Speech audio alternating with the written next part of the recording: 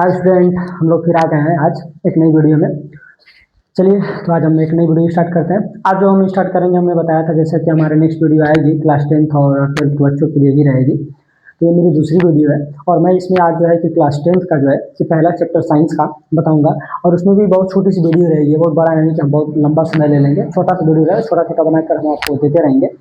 और इसमें जो है कि पहला चैप्टर जिसका नाम है रासायनिक, मैंने ऊपर साइड लिखा हुआ है यहाँ पे, रासायनिक अभिक्रिया व समीकरण। रासायनिक अभिक्रिया व समीकरण ये चैप्टर का नाम है। ये साइंस में, केमिस्ट्री में पहला चैप्टर है और साइंस का भी पहला ही चैप्टर है ये।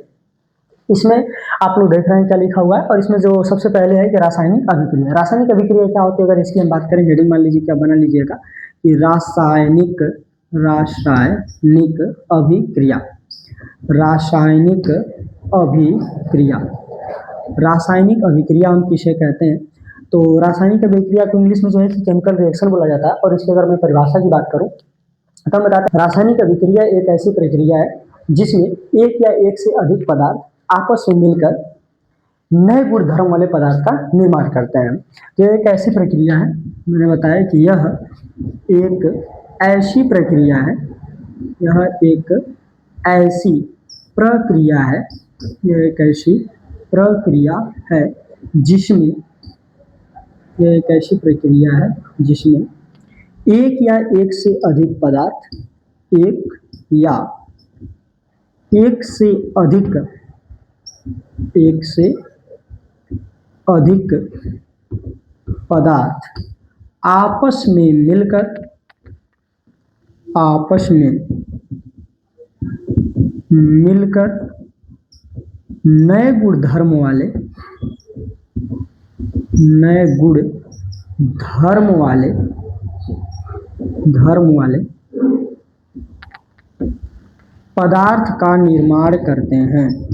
नए गुण धर्म वाले पदार्थ का निर्माण करते हैं, उसे हम रासायनिक अभिक्रिया कहते हैं। जैसे अगर मैं इसमें कुछ एग्जाम्पल की बात करूं कि एग्जाम्पल क्या क्या होता है, इसको एग्जाम्पल जो है कि पहला एग्जाम्पल मान लीजिए लोहे पर जंग का लगना। लोहे पर जंग का लगना, इसमें लोहे पर जंग लगना, इसका मतलब ये नहीं है कि युद्ध के मैदान में युद्ध करना, जंग लड़ना है। इसमें जंग का मतलब सीधा सा है, जो लोहे को मूर्छा लग जाता है उसी पे जो है लोहे पर जंग का लगना उसको कहा जाता है। दूसरा है भोजन का पाचन, भोजन का पाचन, भोजन का पाचन। इसके अलावा इसका एक और एग्जाम्पल है, बहुत बेस्ट एग्जाम्पल है ये। जैसे हाइड्रोजन गैस है और इसका रिएक्शन अगर हम किसके साथ कराएं, ऑक्सीजन के साथ कराएं। ये हाइड्रोजन है और ये ऑक्सीजन है, इन दोनों का अगर हम रिएक्शन कराते हैं तो ये दोनों आपस में मिलेंगे और मिल करके एक नए गुण धर्म वाले पदार्थ का निर्माण करेंगे जिसका नाम होगा H2O। जैसा कि आप लोग अच्छे से पता है कि हाइड्रोजन गैस ज्वलनशील गैस होती है, जबकि जो ऑक्सीजन होती है वो जलने में मदद करती है। गुण को ध्यान समझिए। और ये है H2O यानी कि पानी। इनका गुण अलग है और इनका गुण अलग है। इसका आप देख लिए हैं, ये जो है ज्वलनशील है और ये जो है कि जलने में मदद करती है। और ये जो पानी है इस आग को, यानी उस जो जल रही होगी आग, उसको बुझाने का कार्य करती है। तो कहीं ना कहीं इनके गुणधर्म अलग होते हैं। तो ये हो गई हमारी रासायनिक अभिक्रिया। अच्छा, रासायनिक अभिक्रिया में और भी दो शब्द बहुत ज़्यादा पॉपुलर होते हैं और बहुत ज़्यादा वो इम्पोर्टेंट भी है, क्योंकि बिना उनके अभिक्रिया जो होती है अधूरी होती है। पहला वर्ड होता है जिसको हम बोलते हैं अभिकारक और दूसरा वर्ड होता है उत्पाद। तो थोड़ा सा हम उसको जिक्र भी कर लेते हैं कि अभिकारक क्या होता है और उत्पाद क्या होता है। जैसे कि मैंने ये जो नीचे वाला रिएक्शन अभी जो लिखा था, यहाँ पर ये हाइड्रोजन है और इसका रिएक्शन हम ऑक्सीजन से करा दिए थे और यहाँ पर बना था आपका जल। तो इसमें जो रिएक्शन कराया जा रहा है, इसमें जो ये है इधर के जो साइड में मैंने ये जो बनाया हुआ है और ये जो है, इन्हीं दोनों में से हम एक को उत्पाद बोलेंगे और एक को अभिकारक बोलेंगे। आप लोगों को जैसा बहुत नॉर्मल चीज़ है, सबको पता होगा, फिर भी हम बता देते हैं। ये इसको हम अभिकारक कहते हैं, अभिकारक बोलते हैं।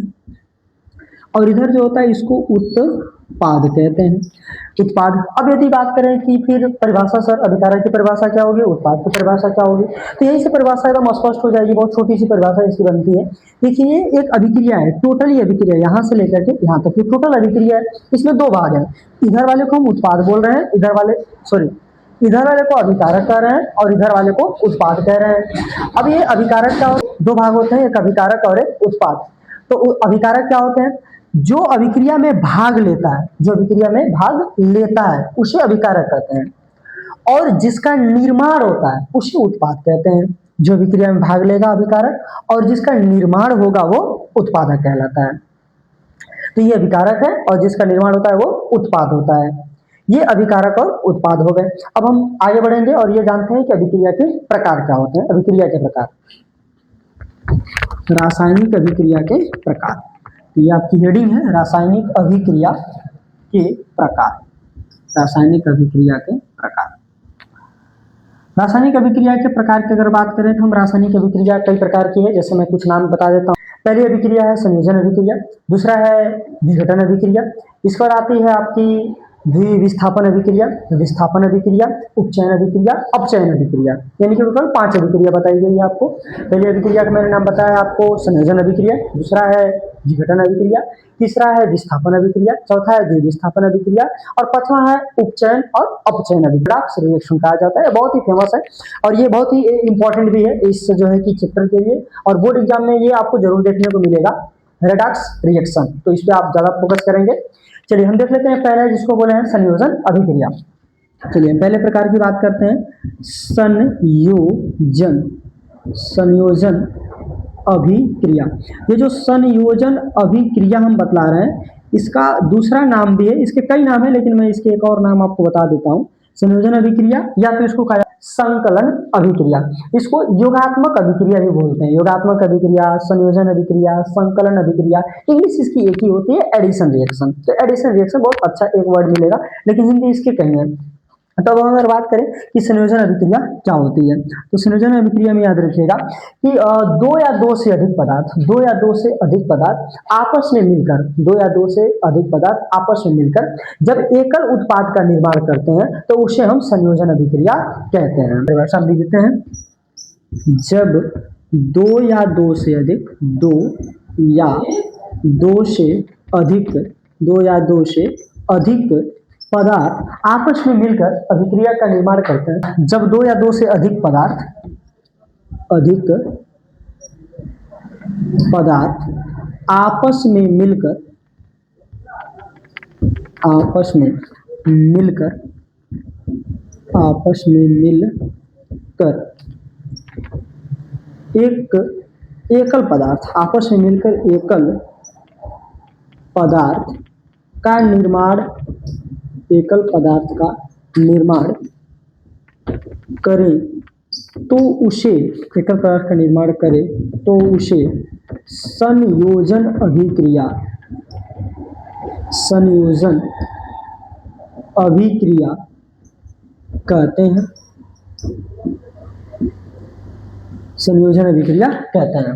मैंने परिभाषा आपको बता दिया है कि जब दो या दो से अधिक पदार्थ आपस में मिलकर एकल पदार्थ का निर्माण करें या एकल उत्पाद का निर्माण करें, ये भी लिख सकते हैं, उत्पाद का निर्माण करें या पदार्थ का निर्माण करें तो उसे हम संयोजन अभिक्रिया कहते हैं। इसका हम एग्जांपल देख लेते हैं। एक एग्जांपल है इसका, सोडियम प्लस क्लोरीन, ये दोनों मिलेंगे और मिल करके एकल उत्पाद का निर्माण करेंगे जिसको हम NaCl यानी सोडियम क्लोराइड, यानी साधारण शब्दों में नमक जिसको आप कहते हैं, ये बनेगा। दूसरा इसका क्या एग्जांपल है, कार्बन, और इसका रिएक्शन अगर मैं ऑक्सीजन के साथ करा दूं तो ये कार्बन डाई ऑक्साइड गैस बनाएंगे। ये हो गया आपका। एक और मैं रिएक्शन आपको इसमें बता देता हूँ।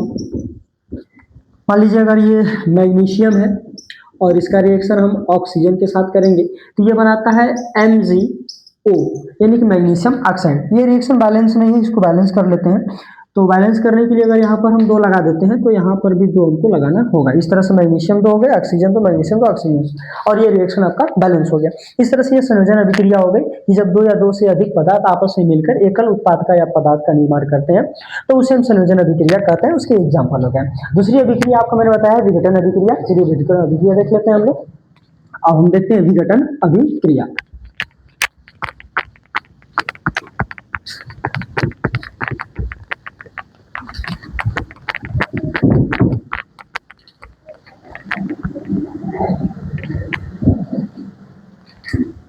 दूसरा है विघटन, विघटन अभिक्रिया।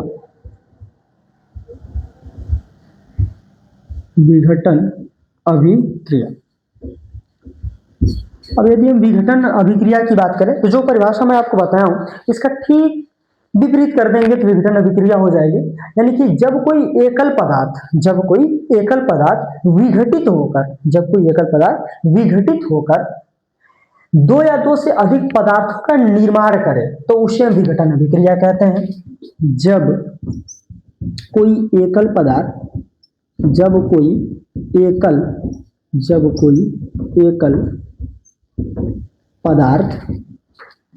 विघटित होकर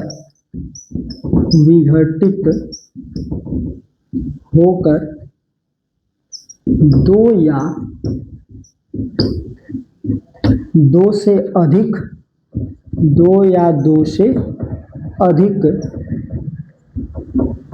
पदार्थ का निर्माण करे तो उसे विघटन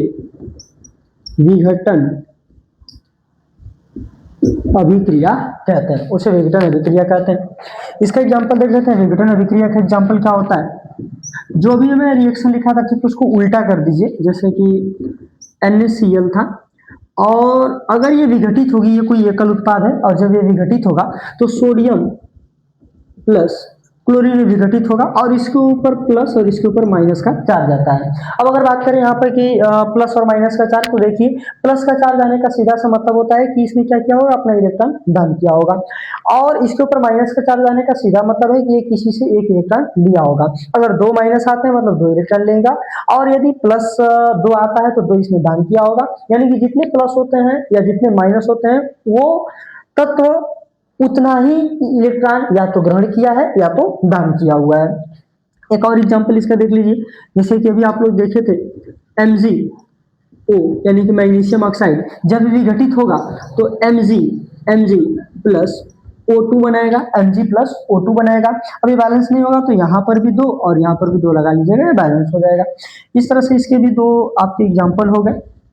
अब इसके बाकी की जो अभिक्रिया के प्रकार बचते हैं उसको हम नेक्स्ट वीडियो में कंप्लीट करेंगे। तो फिर हम मिलते हैं नेक्स्ट वीडियो में, तब तक के लिए थैंक यू।